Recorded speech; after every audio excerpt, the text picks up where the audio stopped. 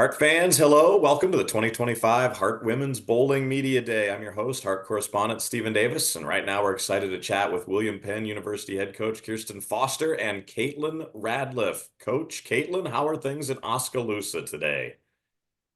Good for now. We're supposed to get hit with an ice storm later, so guess we'll see how that goes. Well, fingers crossed. Coach, your women currently second in the RPI in the Hart. How's the season going for you guys from your perspective? It's going pretty good. We started off the season a little rough, but then ever since then we've turned it around and come back pretty strong. We just came off of a pretty strong weekend, I would say, so looking good right now. All right, introduce us to Caitlin sitting next to you and what she means to the program. So this is Caitlin. She is one of our seniors. She's been on varsity since her freshman year. And I would say she's one of our players that she brings a lot of power to her game. And one of the few that can say she's been on varsity all 4 years. So, but I will say in the pit, she does bring the comedic relief to the team. So she definitely makes sure we're never too serious when it comes to bowling. Very nice. You got to have that. All right, Caitlin, let's flip over to you now. You've been with the program for a few years, as coach said. How do you help the team to step up by being a leader as postseason approaches this year for you?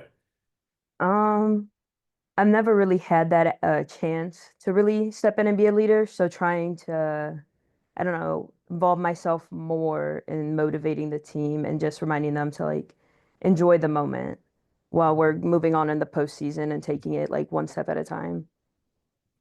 Caitlin, do you have a favorite memory so far from your time playing at William Penn? I feel like there's been too many, especially since this year it's like a different team, especially since a lot of people I've been on the team with graduated last year.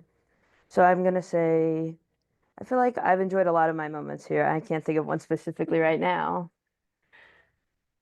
All right. Do you have any career aspirations for after your time at Penn is wrapped up? Um, that's a good question. Also, I think leaning more towards being like a data analysis, like that kind of realm almost. Very, very heady stuff. Coach, back over to you. You guys were Hart champs last year. What's it going to take for a repeat this season? I think like kind of similar to what Caitlin said, just taking it one frame at a time, and just, enjoying the moment. We've got some stiffer competition this year, um, different players, different coaches in the picture. So I think it's just going to be patient, one frame at a time, executing, the best shots that we can, and just kind of hope the pins fall in our favor. Hart championships have moved to Columbia, Missouri this year. Have you guys ever gotten a chance to play at that facility before, at that center? No, no. So this will be a new center for us. We've talked with the coach that's from that area, and so we've got some information about the center, but we've never bowled there. So this will be new.